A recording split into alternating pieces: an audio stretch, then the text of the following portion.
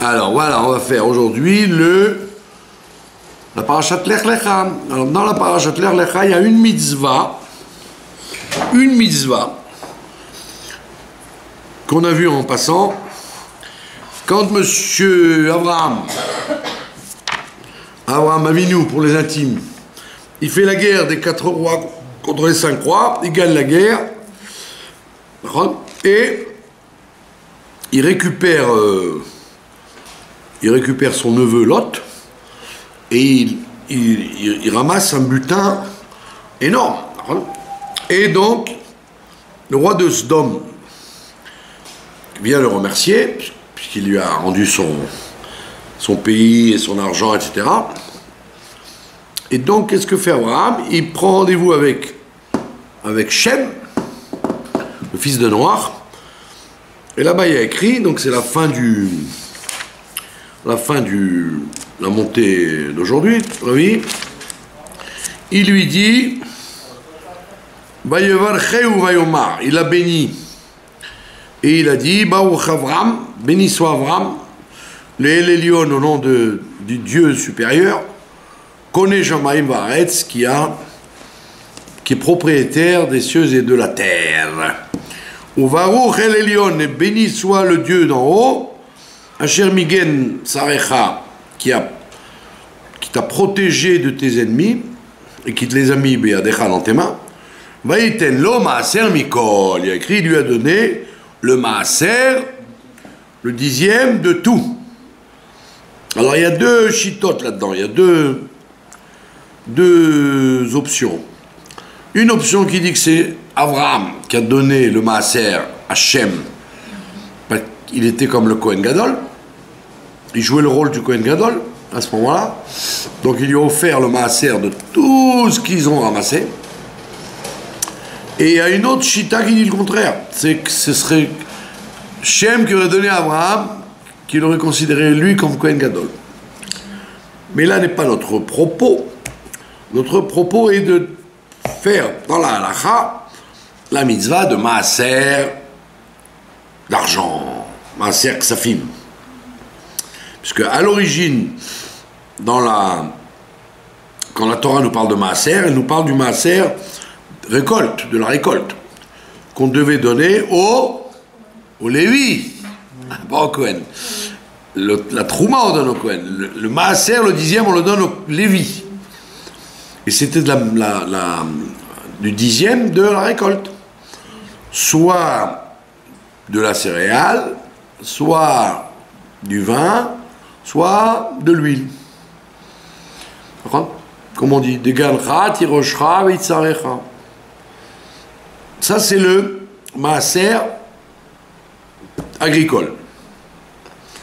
Mais on voit bien d'ici qu'il y avait un maaser qui n'est pas agricole. Parce que là, il s'agit d'un maaser de la guerre. Donc c'est tout ce qu'on gagne. L'argent, l'or, la vaisselle, les esclaves, les chameaux, les ânes. D'accord. Mais Kitsour, il y a une mitzvah, pas seulement de donner le maaser quand on a des choses agricoles qui poussent, d'accord, des fruits, légumes, etc. Mais il y a une mitzvah de donner le maaser en argent, et qui est différent de la mitzvah de tzedaka. Tzedaka, ça veut dire vous donner une petite pièce de temps en temps, ça s'appelle tzedaka. D'accord? Donc c'est soit de l'argent, soit quelque chose de matériel. Vous pouvez donner un gâteau, 1 kilo de viande, ça s'appelle tzedaka. Le maaser, c'est différent. C'est le 10e de ce qu'on gagne. D'accord? Maintenant, comment on calcule le maaser de ce qu'on gagne? Alors, il y a écrit que c'est le maaser, c'est le 10e des bénéfices, pas le 10e de ce qui rentre. D'accord? Si vous rentrez une somme d'argent, soit par le travail, soit par le vol, ou soit par un cadeau, ben oui. Ou par une trouvaille, il y a plusieurs façons de de ramasser de l'argent, d'accord, soit par le loto, soit par le travail, soit par un cadeau qu'on vous fait, soit par une parente qui vous donne une petite somme. Tout ça, ça s'appelle une rentrée d'argent. Maintenant, sur quoi calcule-t-on le maaser? Pas sur la rentrée d'argent, sur ce qui vous reste pour profiter. Donc on ne calcule donc pas d'après la rentrée d'argent, on calcule d'après ce qui reste une fois qu'on a payé les obligations. On parle pas des choses en plus. Alors, exemple, il faut calculer le loyer ou le remboursement de la mashkenta, par exemple, en fonction de l'appartement de base.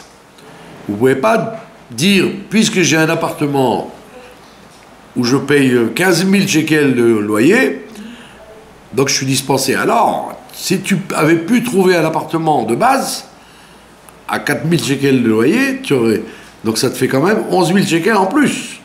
Et là, tu ne peux pas déduire ça du maaser. Ou la nourriture que tu manges. Tu es obligé de parler de la nourriture de base. Pas la nourriture de luxe que tu te payes. Les viandes, les fromages, les restaurants, ce que je sais moi, les poissons chers, tout ce qui n'est pas de base, c'est-à-dire un repas falafel et limonade, ça s'appelle pas faisant partie du maaser. Donc quand on dit tu déduis les frais, on ne parle pas des frais exagérés, on parle des frais de base. Donc il faut savoir où on en est, quoi. Par contre, si quelqu'un n'a pas envie de vivre à Beersheba ou à, ce que je sais moi, à Netivot, où il paye 2000 shekels de loyer, il dit moi je veux vivre à Jérusalem. Ah oui, d'accord, mais tu payes 3 fois plus. Et si tu habites dans un beau quartier, tu payes 10 fois plus. Donc on ne parle pas de ça, on parle de base. Donc tu calcules tous tes frais basiques. Même les frais de l'arnona, en France, qu'on appelle les frais des impôts locaux, tu les calcules en fonction de la base. Puisque si tu habites dans un quartier riche et que tu as une grande maison, tu payes évidemment bien plus que si tu es dans un quartier pauvre. Donc ne t'amuse pas à faire un calcul tel que tout ce que tu dépenses, mais fais le calcul de ce que tu aurais dépensé si tu n'avais pas fait quelques folies. D'accord?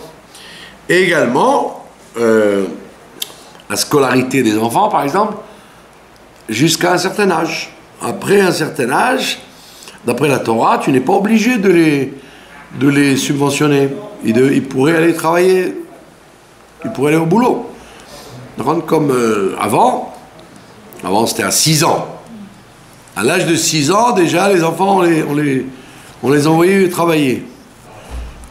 Aujourd'hui, bien évidemment, ils sont incapables à 6 ans. Sauf dans les pays sous-développés, ou chez les Arabes, où il n'y a pas de problème, on envoie les enfants à 6 ans travailler. Mais dans les pays occidentaux, l'âge est beaucoup plus tard. Alors disons, on va dire 16 ans. Un âge où l'enfant il pourrait aller travailler, gagner sa vie. Et donc toi, à partir de 16 ans, tu n'es plus ce que tu dépenses pour lui, tu ne peux pas le déduire du maaser, puisque c'est lui qui aurait dû se payer lui-même ses habits, ses soirées, ses sorties, ses cartes de bus, etc. Donc tout ça, il faut le déduire. Donc premier cas, c'est de vérifier tout de suite toutes les rentrées qu'on a et déduire tout ce qui est obligatoirement les sorties. D'accord? Maintenant, imaginons que quelqu'un et des dettes. D'accord? Des gens qui ont... La banque oblige à avoir...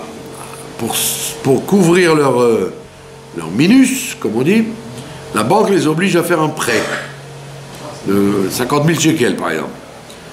Donc, effectivement, à partir du moment où tu as une dette quelconque, que ce soit à un ami ou à un avocat ou à une banque, à partir du moment où tu as une dette, l'argent qui rentre chez toi ne s'appelle pas à toi. Il s'appelle au créancier.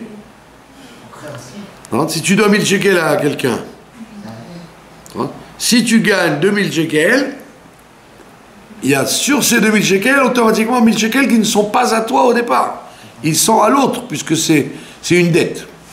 Alors. Et même si tu prétends ne pas la payer en disant bon, il y a le temps, il n'y a rien qui presse, c'est illégal ce que tu fais.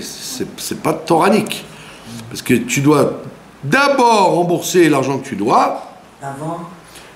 Et après tu calcules ce qui te reste. Ah, c'est ça alors. Eh ben, sinon c'est dégoûtant. Sinon tu laisses les créanciers tirer la langue, et toi tu fais, en avant que je te donne du maaser, je te dépense de l'argent, mais tu as une dette. Donc la dette, elle fait de toi une personne dispensée du maaser par rapport à la dette. Donc il y a plein de gens... Alors, les gens, en général, ils sont prisonniers toute leur vie. Alors il y a plein de gens qui ne sont pas chayav de maaser, de ksafim en fait. Ils sont chayav de tzedaka. Ils doivent de la tzedaka, ça n'a rien à voir. Par rapport aux dettes qu'ils ont. Voilà, par rapport aux dettes qu'ils ont, eh ben ils sont... Ils préfèrent payer leur mashkanta. Hein. Pardon? Ils préfèrent payer leur mashkanta. Et puis après, peut-être, s'il reste quelque chose, ils remboursent les gens. Non mais il n'a rien à mis, là on peut comprendre qu'ils n'ont pas envie ils préfèrent acheter une maison et la rembourser. Là on parle pas de ça, ça c'est pas le maaser. On parle des dettes en plus. C'est évident, que la mashkanta tu vas la payer avant. Ah ben oui. D'accord, mais on parle de tout ce qui est en plus. Que la banque t'oblige, ou les amis t'ont prêté, ou les gens t'ont dépanné. Donc ne dis pas je dois donner le maaser et après j'envisagerai de rembourser ma dette. Non, ta dette elle est déjà à la seconde même où cet argent rentre dans ta poche, il n'est pas dans ta poche, il est dans la poche de celui à qui tu dois. Sinon tu t'appelles un bandit, tu t'appelles un transgresseur, puisque tu laisses les gens courir, alors que toi, tu aurais dû te débarrasser de cette dette directement dès que tu as reçu de l'argent. Voilà. Donc on voit bien que c'est pas tout le monde qui est chayav de maaser. Par contre, maintenant, quelqu'un qui gagne beaucoup d'argent, les poskim lui disent, toi, même ton loyer, même tes restaurants, tout ça, ça compte pas. Tu dois donner tu dois donner le maaser. Parce qu'il a beaucoup d'argent. Quelqu'un qui a beaucoup d'argent, même quand il donne le maaser, il lui reste encore plein. Donc lui, il doit pas se permettre de faire ce calcul d'apothicaire. Tant de falafel par mois, tant de chaussures par mois, tant d'habits. Non, lui, il donne les larges, puisqu'il a... Même s'il donne beaucoup, il lui reste toujours pour les vacances, pour s'amuser, Voilà, vous avez compris? Ça, c'est les halachot de maaser. Et donc, il ne faut pas faire le malin en disant non, moi, il y a écrit que celui qui donne le maaser, il s'enrichit, donc je donne le maaser et après je verrai. Et non, parce que tu es peut-être en train de transgresser l'interdiction de ne pas payer ses dettes. Et ça, c'est pas beau. C'est une transgression. Mais c'est une transgression. Parce que, pourquoi c'est une transgression? Parce que, si moi je prête 1000 shekels à quelqu'un, d'accord?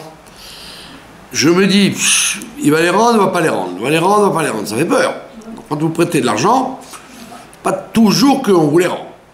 d'accord? Où on vous fait suer pour vous les rendre. Donc qu'est-ce qui va se passer?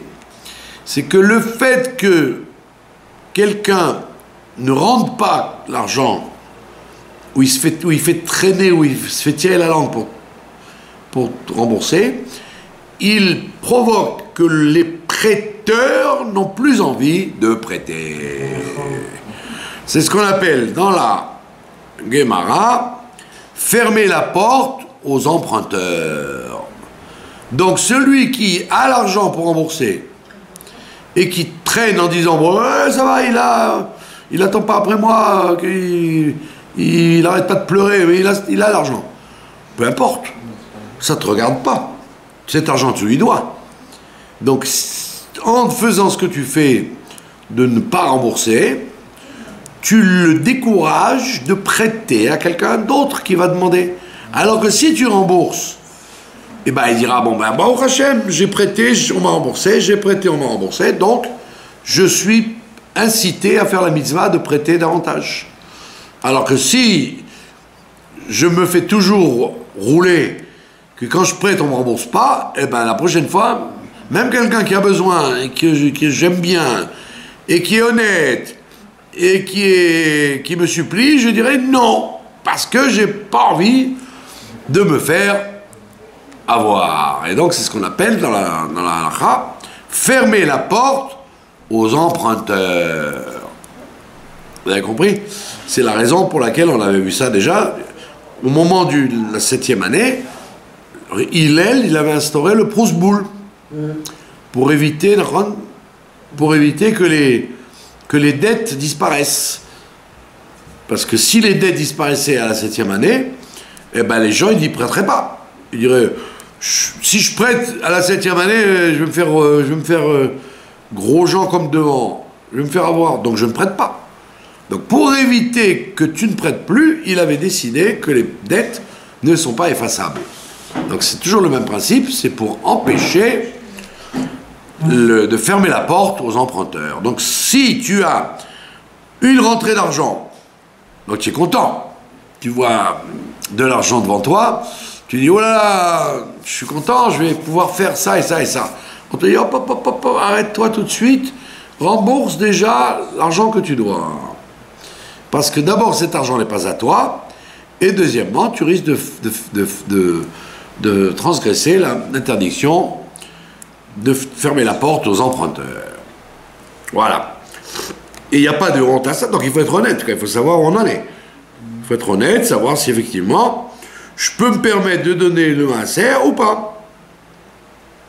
Vous avez compris? Voilà. Voilà, c'est important. Pas de questions? Non. Pas de questions.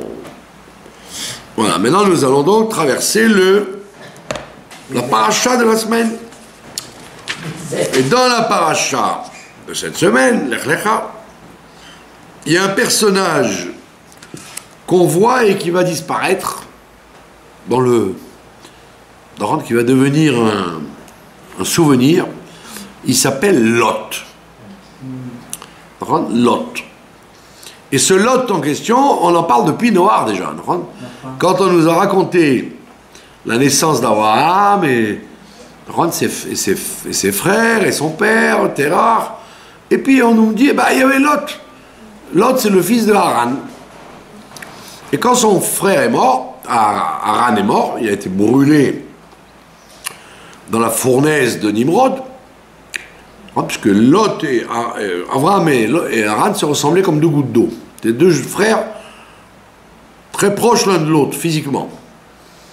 Donc tout le monde connaît l'histoire que Nimrod, il a dit, je vais mettre dans le feu Abraham parce qu'il me casse mon travail, il m'empêche de diffuser l'idolâtrie dans le monde, il m'empêche, il veut jouer le Zorro, amener l'unité de Dieu dans le monde, ça me casse mon boulot, donc je vais le jeter dans le feu. Et le Midrash dit que c'est sur la trahison de son père. C'est son père qui l'a trahi. Ah ouais. Ben oui, parce qu'il a cassé les idoles, et il a été dire à Nimrod, j'ai un fils insupportable, mets-le en tôle. Et Nimrod, il a dit, moi je ne mets pas en tôle, je me brûle, je me débarrasse. Donc au moment où il allait brûler, Haran, qui était avec son frère côte à côte, il a dit, tout ce que fait mon frère, je fais aussi. Donc quand il a vu son frère jeté dans le feu, et qu'il n'a rien eu, alors il s'est dit, moi aussi j'aurais le même Ness. Alors lui on l'a jeté dans le feu, mais seulement il n'a pas eu de miracle de son frère. Donc Abraham, gentil comme tout, il prend à sa charge le petit orphelin qui s'appelle Lot. Et comme par hasard, il ressemblait aussi comme deux gouttes d'eau à son tonton et à son père. Donc Lot et Abraham, ils se ressemblent beaucoup, beaucoup. D'accord? Et vient la paracha qu'on a lu hier, où il te dit, il y a eu une polémique entre les bergers d'Abraham et les bergers de Lot.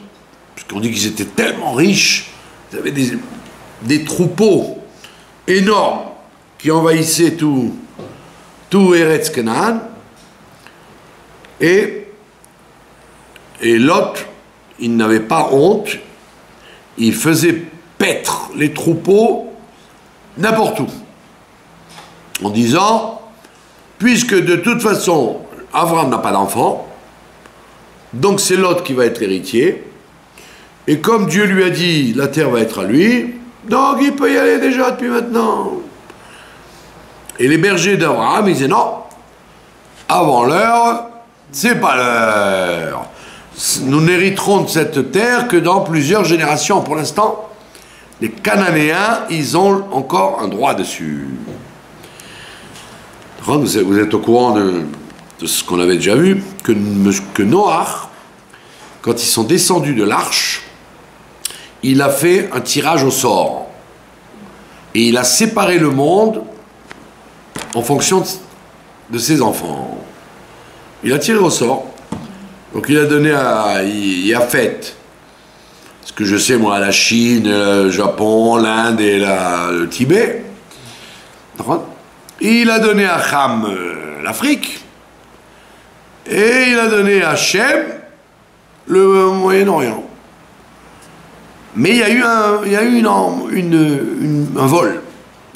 C'est que Canaan, qui était le fils de Ham, et pas le fils de Shem, il s'est emparé de la terre d'Israël, alors qu'elle était réservée à Shem et à ses enfants. Lui, il a fait main basse, alors qu'il avait droit à l'Afrique, comme étant fils de Ham. Il s'est emparé d'Eretz Israël, enfin Eretz Canaan. Mais malgré tout, comme on l'a dit tout à l'heure, il arrive quelquefois que le vol fasse propriété. Un terrain, par exemple, un terrain qui n'est pas réclamé pendant plusieurs générations, il y a présomption. Le gars, il dit, puisque personne n'est venu réclamer, c'est à moi. Donc ce qui s'est passé avec Canaan, quand il a volé la terre aux enfants de Shem, ils n'ont pas réclamé. Ils n'ont pas fait la guerre. Donc Abraham, quand il arrive là, il dit, c'est vrai que c'est logique que ça me revienne, puisque je suis un descendant de Shem, mais pour l'instant, tu ne peux pas t'amuser avec ça. C'est d'ailleurs les antisionistes qui ont eu cet argument. Quand Ben Gurion, quand au siècle dernier, ils ont dit il faut prendre Israël, récupérer Israël. Les antisionistes disaient, messieurs, tant que Mashiach n'est pas là, cette terre, elle n'est pas à nous. On va nous casser les pieds. Et on va nous la revendiquer. Effectivement, jusqu'à maintenant, on nous casse les pieds. Parce que c'était peut-être pas le temps. Donc on a un peu poussé à la roue. On a poussé à la roue et on voit bien que, comme on dit chez nous, on n'est pas sorti de l'auberge. D'accord? Donc Abraham, qui était un homme patient, il a dit à ses bergers, mes enfants, c'est vrai que cette terre, Dieu me l'a promise, mais il ne m'a pas dit à moi. Il m'a dit, quand mes descendants sortiront d'Égypte et qu'ils reviendront, ce sera à nous. Pour l'instant, ce n'est pas à nous. Donc, il ne faut pas voler les pâturages si on n'a pas acheté la terre. Alors que l'autre, il disait, ben allez, c'est nous les patrons, on peut déjà depuis maintenant profiter de la terre. Et donc, on voit bien qu'il y a une bagarre, et à ce moment-là, Abraham se sépare de Lot. Et comme Rachid nous dit, jusqu'à maintenant, il était cachère, et maintenant, comme il s'est tordu, donc il amène une impureté dans le monde d'Abraham, et Dieu n'apparaît pas à Abraham à cause de Lot. Et il faudra qu'il se sépare de Lot pour que Dieu revienne parler à Abraham. Maintenant, la question se pose au niveau spirituel. Qui c'est ce Lot? Qui c'est ce Lot? C'est le Lot et Garonne, c'est qui? Qui c'est ce monsieur? Pourquoi on en parle tellement? On parle là maintenant, après on va en parler encore. Après on te dit pas seulement qu'il est le neveu d'Abraham, il est l'ancêtre du Mashiach. Il va se marier avec sa fille, le Mashiach va descendre de lui. Donc c'est pas un personnage anodin. Bien qu'il soit devenu un rachat, il va quand même faire parler de lui jusqu'à la fin des temps. Si Mashiach descend de lui, c'est quand même, c'est pas n'importe quoi. D'accord? Bekitsu, qu'est-ce qu'on va apprendre de lui dans la paracha? C'est que, si vous avez remarqué, il y a écrit dans les Midrashim, dans le Harizal, dans la Chassidut, que Abraham, c'est les lettres de Ever Ma. Le membre du Ma. Le membre du quoi? Qui c'est Ma? C'est la Chorma, c'est la sagesse. Et qui c'est Ma? C'est Adam Arishon. Donc, Avraham Avinu, il était la réparation d'Adam Arishon. Il a été même le membre d'Adam Arishon. C'est lui qui qui arrange toutes les erreurs d'Adam Arishon. Donc c'est un personnage très important. Là, on l'a vu dans la paracha d'après, que Chava, c'est aussi la réparation de Sarah et la réparation de Chava. Donc Abraham et Sarah, c'est la réparation de Adam et Chava. Comme on l'a vu dans l'épisode d'Ishmaël, que Dieu lui dit écoute sa voix. C'est-à-dire que Adam lui ne devait pas écouter Chava.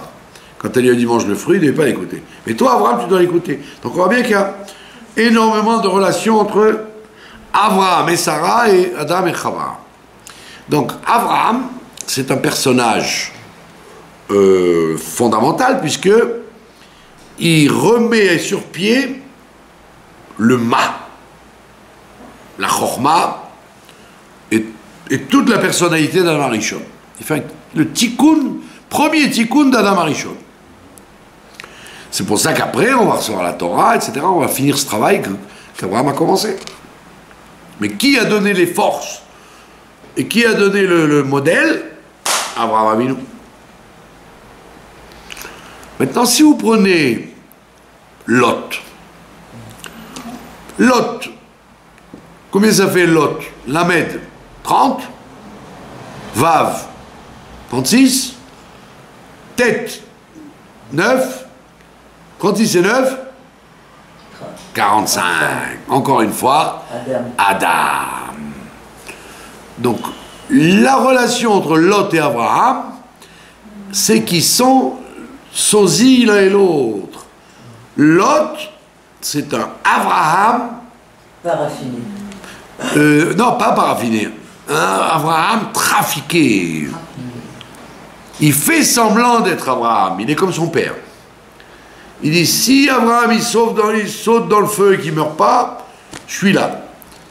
Donc il fait pas les choses parce que c'est vrai, parce que c'est comme ça qu'on doit faire, parce que c'est le Hémet. Il fait des choses parce que ça marche. Il dit, tant que ça marche, je suis dans la combine. Donc c'est l'imitation hypocrite d'Avraham Avinu. Et c'est pour ça qu'Avraham Avinu, vous auriez dit, attends, mais Avraham Avinu, il est gentil avec tout le monde, Ishmaël, il aime son fils, les Arabes, il les reçoit. Il a été hyper hospitalier avec tout le monde.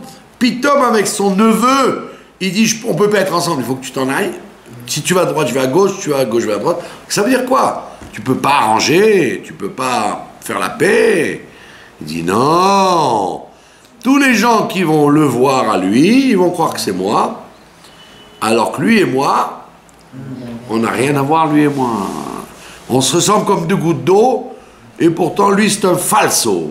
C'est pour éviter le Chilul Hashem. C'est pour éviter le Chilul Hashem que les gens disent, mais en fait, l'autre, c'est un homme formidable, il est extraordinaire. Oui, mais il est extraordinaire peut-être, mais il fait tout le contraire d'Abraham. C'est quelqu'un qui cherche que des intérêts matériels très violents, même quitte à mentir, quitte à dire que la terre est à lui, etc., etc., etc. Donc c'est pour ça qu'il va d'abord à la base d'homme. Parce que son seul intérêt, c'est gagner. Il ne fait pas les choses, le Shem Shamaï.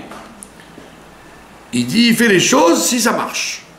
Matériellement, je suis dans la combine. Quoi, c'est un opportuniste? C'est un opportuniste. Il a vu que ça marche. Il fréquente Abraham, il devient riche. Tout ce qu'il fait en tant que sosie d'Abraham, ça marche, il le fait. Mais après, il se dit, oh là là, mais on va vers un chemin où il va y avoir des nisyonotes, comme on voit à Abraham, et dans les nisyonotes, dans les épreuves, tu es obligé de choisir. Tu es obligé de choisir. Si tu gagnes de l'argent, tu gagnes de l'argent, tu gagnes de l'argent, ok. Mais on te dit maintenant, il faut fermer le Shabbat. Si tu travailles le Shabbat, ça ne marche plus. Il va dire, oh là là, tant qu'il s'agissait de faire ce que je veux, je suis d'accord. Mais s'il s'agit de payer le prix de mes idées, là, je ne suis pas prêt. C'est-à-dire qu'il n'a même pas fait comme son père. Son père, au moins, il a payé le prix de ses idées, il s'est jeté dans le feu. Il a cru bêtement qu'il allait sortir, mais il a au moins fait ça. Et lui, au lieu de réparer son père, il abîme. Et donc, c'est le grand principe dans le judaïsme, parce qu'on est dans l'Ech Lecha. Va-t'en vers toi. Tu dois rechercher ta vraie personnalité. Tu dois aller vers toi-même. Donc, pendant le début de ton engagement, d'accord ? Comme on l'a déjà vu l'autre fois, la fameuse formule qui dit que la kedusha, c'est quoi? C'est faire des choses spéciales. La kedusha, c'est pas faire n'importe quoi, c'est s'accrocher au chemin de Dieu. C'est très dur. Donc on dit kedusha, oui, et kedusha commence par kouf, par la lettre kouf. Kouf, c'est quoi en hébreu? Le singe. Kof. Donc on te dit au début de ton travail, quand il y a un enfant ou un Baal Tshuva qui vient d'arriver, on te dit, tu veux t'accrocher à la kedusha, c'est très très dur.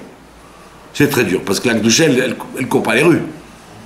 La kedusha, c'est un travail de donner sa vie, d'être authentique, de payer le prix, etc. On te dit, bon, pour l'instant, on ne te demande pas d'être amitié, fais semblant, fais le singe. Fais le singe. Déguise-toi en rabbi, mets-toi un chapeau, un sertouk,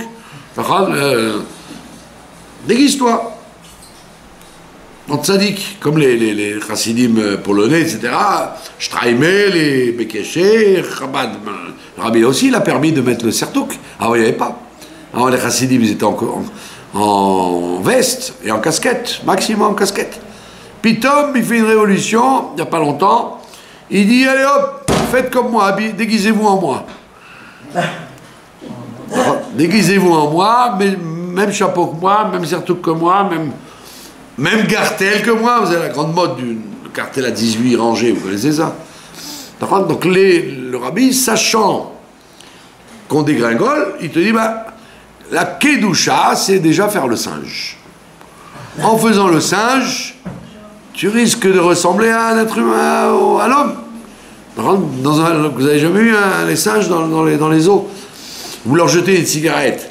Comme ils vous ont vu fumer, il prend la cigarette, il fume. Et le singe, il fait exactement comme les gens. Il n'est pas fou.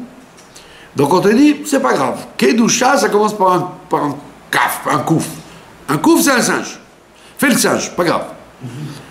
Mais à un moment vient, on te dit, oh. Il faut te séparer de ça. L'autre, c'est un singe. Tout ce qu'Abraham il fait, il dit, ça marche. À un moment, il dit, oh, tu n'as pas le droit de voler la terre. Tu n'as pas le droit, il y a des règles. Quoi, il y a des règles? Moi, je croyais que tout était bon, je faisais le singe. Il dit, non, il faut donner sa vie, on ne mange pas n'importe quoi, on ne travaille pas n'importe quand, on ne dit pas n'importe... Tout est contrôlé dans la Kedusha. Il dit, oh là là, si c'est comme ça, moi, je m'en vais. Et Abraham, il dit, tu fais très bien, parce que toi et moi, on n'a rien à faire ensemble. Ça veut dire quoi? Ça veut dire que dans l'Avodat Hashem, quand tu commences, soit au niveau de ton âge, que tu viens d'arriver dans le système du judaïsme, soit au niveau d'un enfant. Un enfant, tu lui fais faire des singeries. Tu lui prends le sidour, balance-toi, faire l'amida, répète les psukim, Shema Israël, mais en vérité, l'enfant, il n'est pas du tout... ça n'intéresse pas. Il veut les bonbons, il veut les cadeaux qui vont avec. Mais c'est pas grave, parce qu'il s'habitue, il a des réflexes de Kedusha. Donc on te dit, pendant un certain temps, Abraham et Lot, ils allaient très bien ensemble parce que Abraham, il se permettait de ne pas être un degré de vraie authenticité, d'être émet. Tu as le droit. Tu as le droit au début de ne pas être émet. Comme on dit chez nous, tu te racontes. Au début, tu te racontes. Non, tu as prié un peu, alors tu dis, oh là là, j'ai fait une tfila, si vous saviez. J'ai passé un Shabbat, j'ai pas dormi, j'ai étudié toute la nuit, j'ai lu Tehillim, nanana. Donc pendant un certain temps, les gens, ils s'imaginent qu'ils ont une madriga, qu'ils sont des balais madriga. Et donc au début, il faut pas leur dire. Il faut pas leur dire, arrête. Tu sais pas de quoi tu parles. Non, c'est bien, laisse. Imagine-toi, descends de ton arbre. Ne dis pas aux gens, descends de ton arbre. Laisse-le sur l'arbre. Laisse-le faire le singe, c'est pas grave. Donc, ça veut dire quoi? Ça veut dire que c'est pas de l'hypocrisie. C'est du chinour. Dans le chinour, tu peux pas dire aux gens d'un seul trait, tant que tu connais pas toute la Torah et que tu n'as pas donné ta vie, tu es un rigolo. Non, c'est pas grave. Imagine-toi que tu es un grand tzaddik, tu es un grand rave, tu es un grand personnage. On le laisse faire. Mais vient un temps où tu dis ça ne peut plus marcher ensemble. Il faut devenir vrai. Donc, si je ne suis pas capable d'être vrai, ça ne peut plus continuer. C'est l'histoire du fameux Rabbi Levi Yitzhak de Berditchev, le jour de Kippour. Alors, on lui dit maintenant, vous allez vous faire l'office de Moussaf. Alors il dit, bon d'accord. Alors, il prend son talit, et on le voit, il va devant le pupitre, et il commence à mettre le talit, après il enlève le talit, il remet le talit, il descend le talit, après il jette le talit, il dit, vas-y toi-même. Et bon, alors ils prennent un autre officiant, et après ils lui disent Rabbi, Makara, qu'est-ce qu'il était.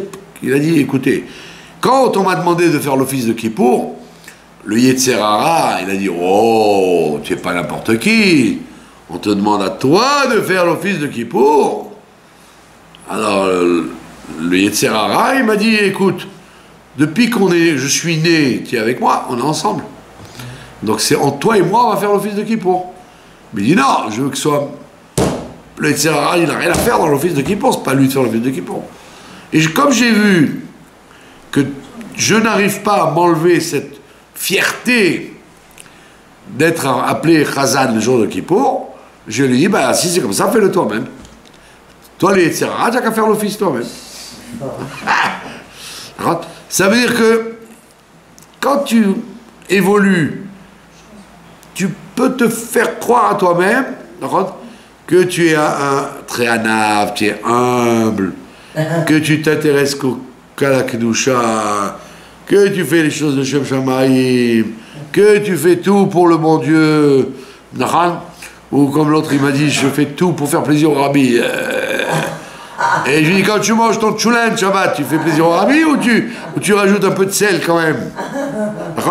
C'est très dur d'être toujours, de se donner au bien et à la Kedusha. Pas shoot. C'est toujours un peu de toi-même dans l'histoire. Donc ça, on te dit, pour l'instant, continue comme ça, c'est pas grave. Il vaut mieux être un singe que rien du tout.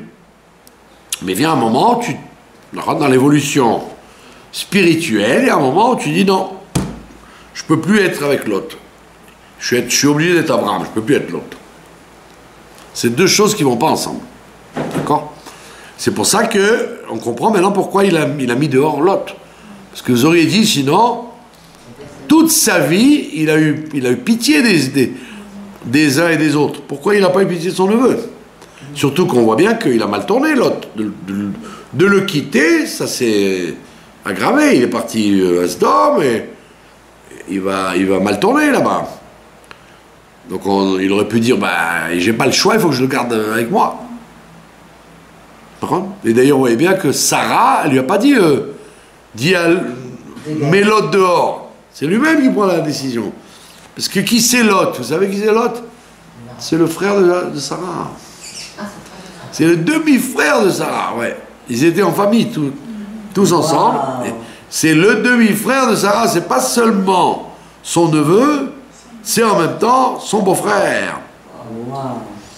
Donc elle aurait pu lui dire, mets-le dehors, comme elle va dire avec Ishmaël. Mais elle n'a pas besoin de lui dire, c'est lui-même qui comprend qu'il y a des situations où ça ne peut pas marcher ensemble. Tu es obligé de te séparer du mensonge, de l'hypocrisie.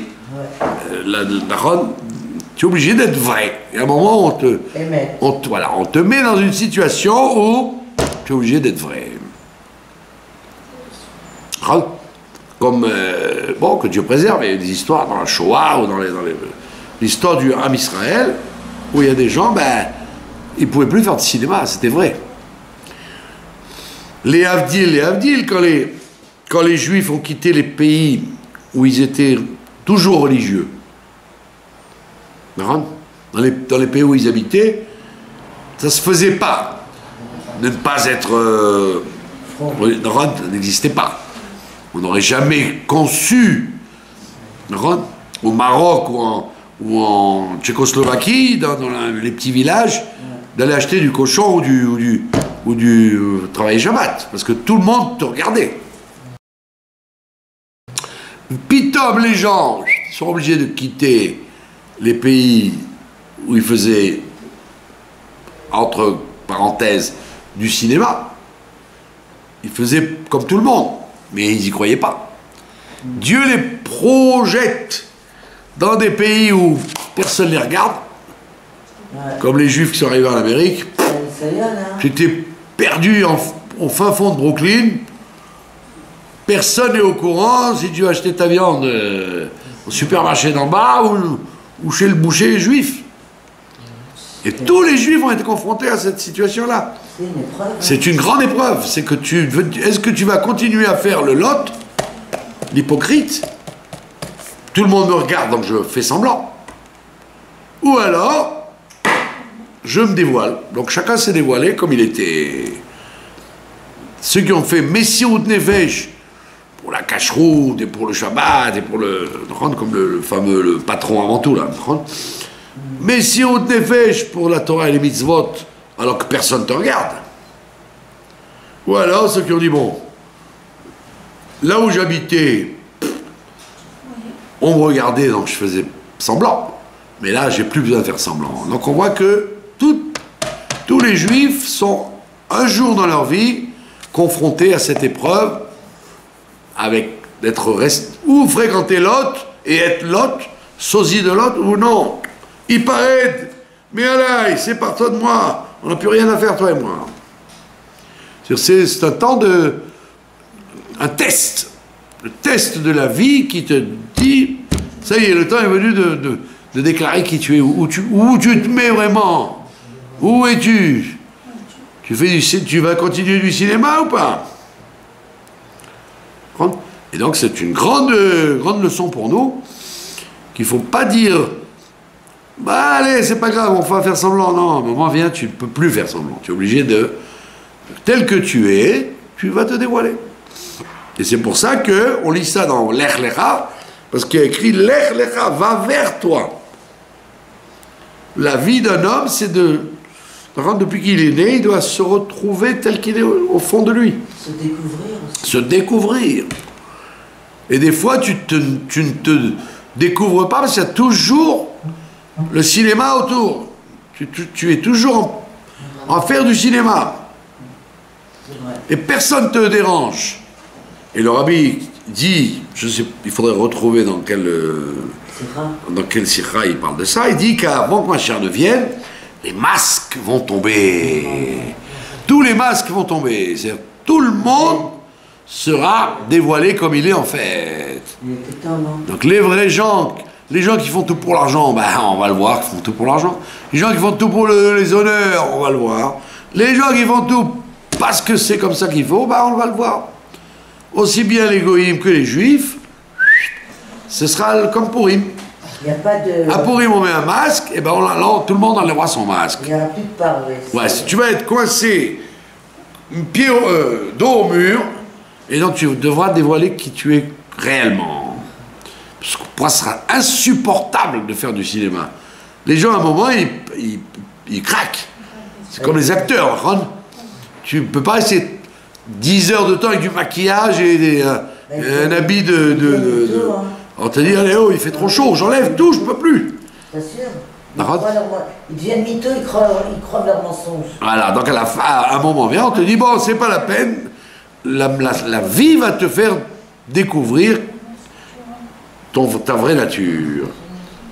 C'est pour ça que c'est une grande épreuve, parce que des fois, les gens, pour eux, c'est une catastrophe. Bon, mais donc, Bezrat Hashem, donc nous sommes arrivés à cette situation-là, de mettre Lot de côté. Voilà. Je vous remercie de votre attention. Avez-vous des questions? Pas spécialement. Si, moi j'ai une question, mais le mamage question. J'ai jamais, peut-être un jour quand vous avez le temps, jamais bien compris cette histoire de 50 ans avec la terre. C'est pas tellement de rapport avec ce qu'on a fait, hein. Non, c'est ce que j'ai dit, c'est par rapport à ce qu'on a fait. Non, c'est pas par rapport à la terre, c'est par rapport à la propriété. Oui, voilà. Les gens qui, quand on vendait une terre, on la vendait pas en fait. On la louait jusqu'à 50 ans. Après, on la reprenait. Je vous signale, moi quand j'habitais à Guillot, qu'il y avait eu le contrat de vente de l'appartement que j'avais acheté à Guillot, il y avait écrit en tout petit en dessous, Guillot appartenant au Tabo jordanien, vos appartements ne sont à vous que pendant 99 ans. En cachette, ils le disaient. Ma copine qui habite la vieille ville, c'est la même chose. Voilà, c'est ça. Donc en fait, c'est un piège. Ça veut dire que si jamais il y a il n'y a pas de règlement entre dans le paix, les Jordaniens, après un certain temps, ils auraient pu le réclamer. Voilà, à l'époque de la Torah, c'était comme ça. Quand vous donniez une maison ou un terrain, il n'était pas à l'acheteur, il revenait au propriétaire après un certain temps. Mais là c'est pas notre sujet. Notre sujet, pour l'instant, Abraham n'a pas eu encore la terre du tout. Maintenant, l'autre question que j'aurais dû poser, c'est si Lot, il est si pourri que ça, comment ça se fait que Mashiach descend de lui? S'il est une pâle imitation d'Abraham Avinu, comment se fait-il qu'on lui donne ce mérite que Mashiach vienne descendre de lui? Est-ce qu'il a fait tchouva d'abord, à la fin? On ne voit pas trop qu'il fait tchouva, non. On voit qu'il a honte de ce qu'il a fait, mais on ne voit pas trop qu'il a fait tchouva. En fait, c'est pour montrer que du pire peut sortir. Voilà. C'est pour montrer que du pire va sortir le meilleur. Si Mashiach, c'était quelqu'un de bien, naturellement, etc., on dirait, s'il est bien, il va s'occuper que du bien. Alors que le Mashiach, il doit avoir un rôle que même le plus pourri des événements et des choses, il doit le ramasser. C'est pour ça qu'on dit que c'est la gématria du serpent. Ça veut dire que toute l'astuce de la vie de Mashiach, c'est de récupérer même les choses les plus dégoûtantes qui soient. Sinon, à quoi ça sert que Dieu ait créé toutes sortes de choses si c'est pour en jeter la moitié? Donc le Mashiach, il doit avoir en lui les forces du bien et en même temps les forces de transformer le mal. Et c'est pour ça qu'on n'a pas honte de dire, de l'autre il va sortir le Mashiach. Voilà. Donc il y a ratson que le descendant de Lot vienne cette semaine nous délivrer avec le troisième temps.